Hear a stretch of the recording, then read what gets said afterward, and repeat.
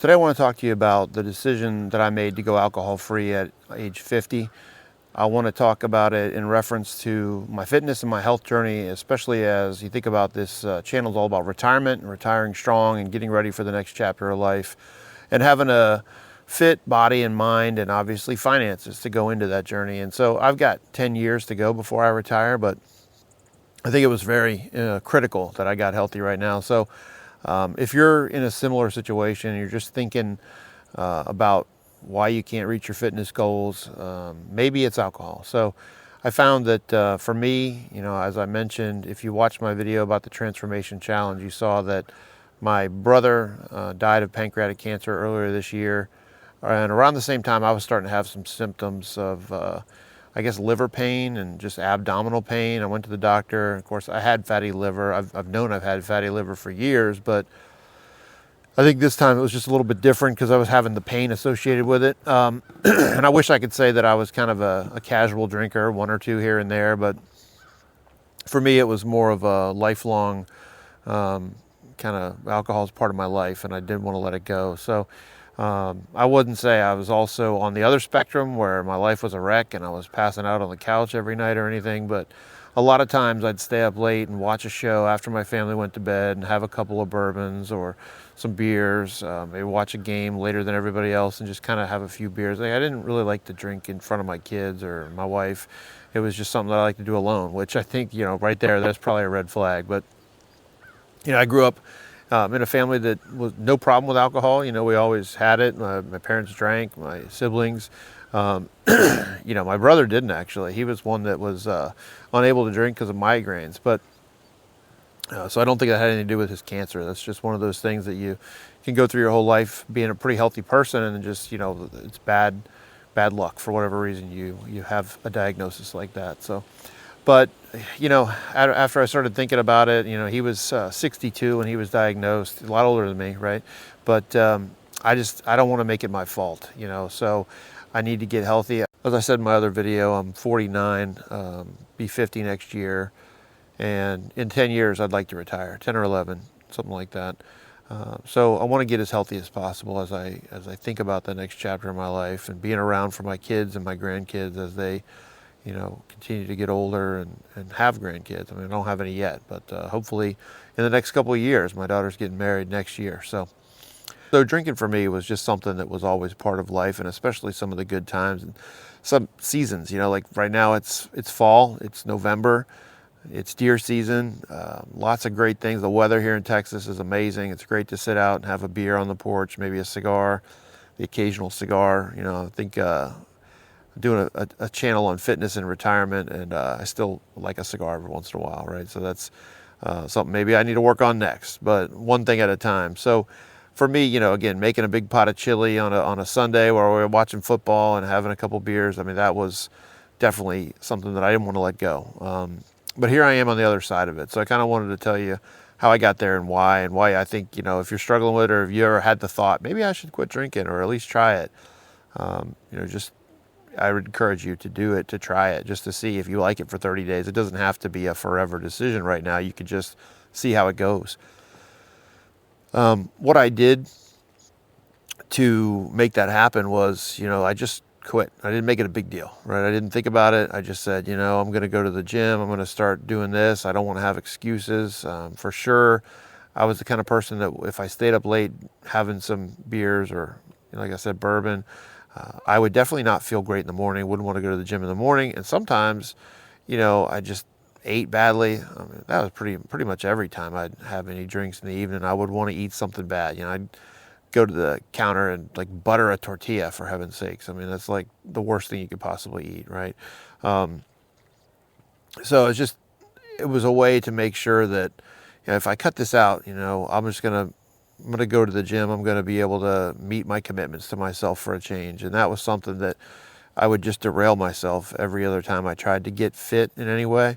I would just probably, a few weeks in, start having alcohol, and it would just turn into like, not a good thing in terms of my excuses, my, again, my streak of eating healthy, my streak of going to the gym would end right there. So the other thing about the alcohol was the sleep quality was really suffering for me. I have sleep apnea already.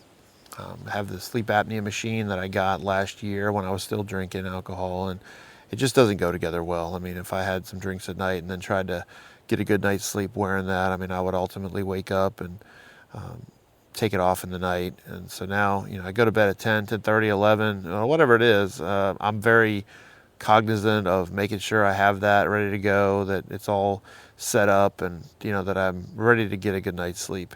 And I never really realized either, and maybe it's just getting older, that the sleep just destroys, the alcohol kind of destroys the sleep patterns and makes you feel terrible throughout the night. I would wake up and have to go to the bathroom or just toss and turn a lot more when I was having alcohol before going to bed. So it's worth it from that standpoint of getting a great night's sleep and just feeling well rested when you wake up, even if you don't have sleep apnea. That's just my situation, but it really makes a big difference in your sleep and allows you, I think, to lose weight faster and just to be a lot more apt to avoid the bad foods that maybe you'd be tempted with otherwise. A lot of times, I know from just personal experience that being really tired, you just kind of, your willpower is not there and you're a lot more susceptible to eat junk food. And, I just feel like that's something that is easily in my control, way more focused at work and throughout the day, and, don't want to fall asleep after my work day anymore and, hang out with my family or go to the gym, which is what I've been doing, and then come home and hang out with the family. I find that works best for me because, in the evening when I would be tempted to eat bad food or drink, but that's not even in the house anymore. So my new routine is to go out after work, because I work from home, and get out, do the workout, come home, have dinner with my family, or, right after they're kind of having dinner, just hang out with them and spend some time with them before going to bed. So I think cutting out the alcohol has been a big factor in making sure I get good night's sleep and I'm able to execute on my plans to eat healthily and to continue to go to the gym. So, I'm not telling you anything here that's not common knowledge maybe, but just that at 50 years old or almost 50, I did do this, and it's been 7 months since I had my last drink of alcohol. And so I would just encourage you, especially if you're trying to get fit, if you're not at your fitness goals, if you're thinking about health and longevity and giving yourself the best chance to not get some type of chronic disease like diabetes or cancer or something like that, then going alcohol free is really something worth exploring, worth giving it a try. Like I said, at least for 30 days, and just see if you can do it. It will give you a sense of pride and accomplishment, because I think a lot of people are under the thumb of alcohol and they don't really know it, even though, like I said before, it's part of my life. It was like, college football or whatever the excuse was. It was always nice to have it in my life, but I don't really miss it after 7 months. It's been way easier than I thought, and part of that maybe just my motivation and the fact that I know that I can hit my fitness goals, and I really want to this time. I'm super motivated. I know that motivation is not the only thing, right? Because motivation fades, but I think I'm seeing evidence that I'm getting fitter and fitter, and alcohol is gone. And I know that as soon as I put that back, that would be probably something that would derail my goals to get fitter and fitter. So that's why I'm making sure that I keep this up as long as I can. Maybe forever. I don't necessarily really think there's any reason for me to go back to it. And I'm looking forward to, like I said, getting super fit as I enter retirement and just having the best chance that I can of enjoying, the next 20 years or 30 or 40 years maybe with my family. So hopefully this helps. Comment below if you have thought about quitting drinking or have ever tried it, done it, or if you think I'm crazy and that you would never let it go. I don't know where you're at with it. I know I've been all those places before. I thought it was definitely something that I would just never, ever quit. I just thought, it was part of life. So there is a different decision there, though, and I'm sure that it's something you can do. So look forward to seeing what you say in the comments, and if you haven't seen my transformation challenge video, part 1 at least, go ahead and give that a watch, because it should be something that will help tie it all together and kind of see. I think alcohol was that big decision that really was holding me back before, that now it's all working for me. And pretty soon I'm going to be posting another video too to show the after results after 90 days. So again, subscribe to the channel if you like retirement content, fitness and retirement, the combination of both, and that's what we're going to be talking about on Retire Strong.